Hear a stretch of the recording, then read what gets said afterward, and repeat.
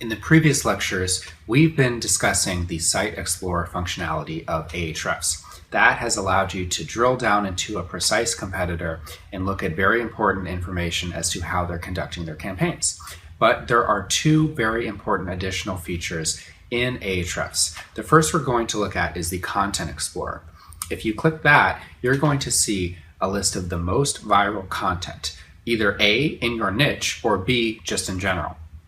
So when you click that, the first thing you're going to see is the top 10 most shared content of the last 24 hours. You're going to see the Twitter, the Facebook, the Google+, the LinkedIn, and the Pinterest engagements. So we have a YouTube video, we have something from Moz.com, etc.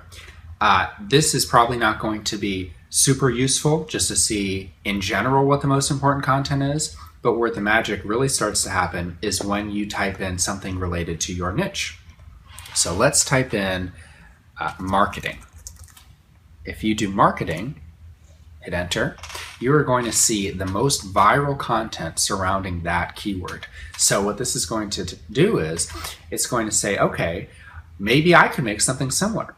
So for our marketing keyword, we have, it looks like an infographic from Mashable, inbound marketing versus outbound marketing. That's had 13,000 total social engagements.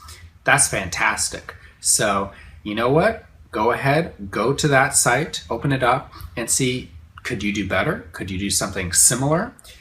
Maybe this inbound versus outbound marketing article has 600 words and it's pretty good. It obviously has a lot of social engagements, but maybe you could do some 3,000 word masterpiece that really delves in much further. What are the odds that this is going to be a viral hit? It's a lot greater when you use this tool to see what is already performing well.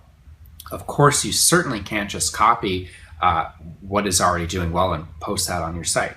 Nor do you want to be too similar, but you can get some really good inspiration. So if you were to do something in the marketing space right now, inbound marketing versus outbound marketing is probably a pretty good topic to consider. This takes you out of the limited worldview of just focusing on one particular competitor and seeing what's performing well for them, and really gives you a global perspective into everyone that's competing in, for example, here in marketing.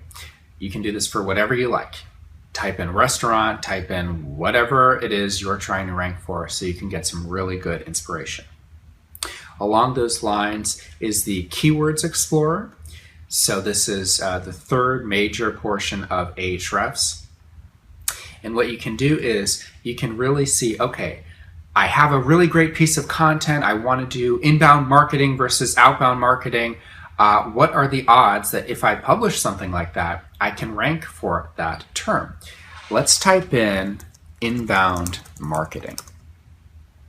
And you can enter in more than one keyword here, but I just want to do one just for now. So inbound marketing, click search, and it defaults to the US. Okay, what this is telling you is all the metrics that you need to know to determine whether or not you want to try to compete for this term. The keyword difficulty right here is 59. That's a pretty sizable difficulty. You're going to have either a really authoritative domain starting out or a whole lot of backlinks to your particular page if you want to compete on this term.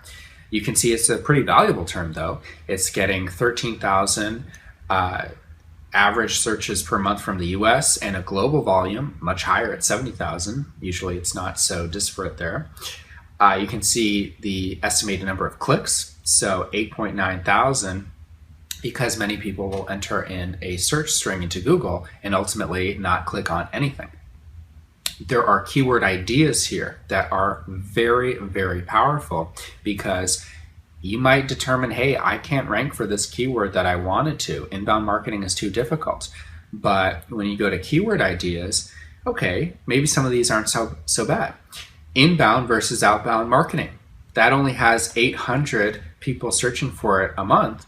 But you know what? We just saw from the Content Explorer that that was a pretty hot topic right now. Maybe that's what you want to attempt to build content around. Inbound marketing strategy, etc. If you scroll up, you can see a bunch of keyword ideas sections. Really the all is what you want to look for most of the time. It includes the phrase match, having the same terms, also rank for answer suggestions.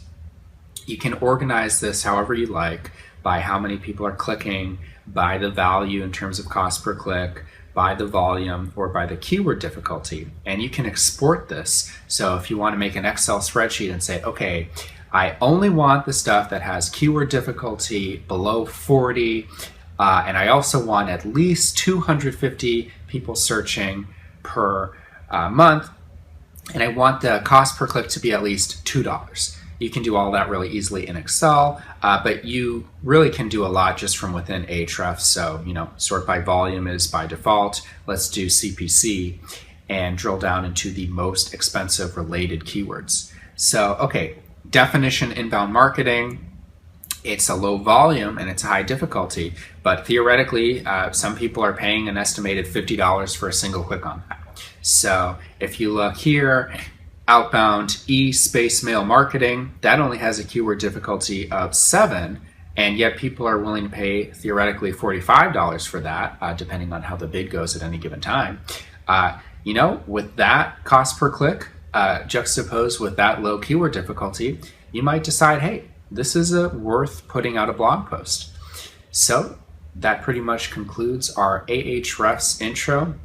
It is a super powerful, world-class tool that you can really use effectively to take advantage of not only the marketing strategies that are working well for your competitors, but even people in semi-related niches, etc. It is great for ideas, and it is really good for taking action.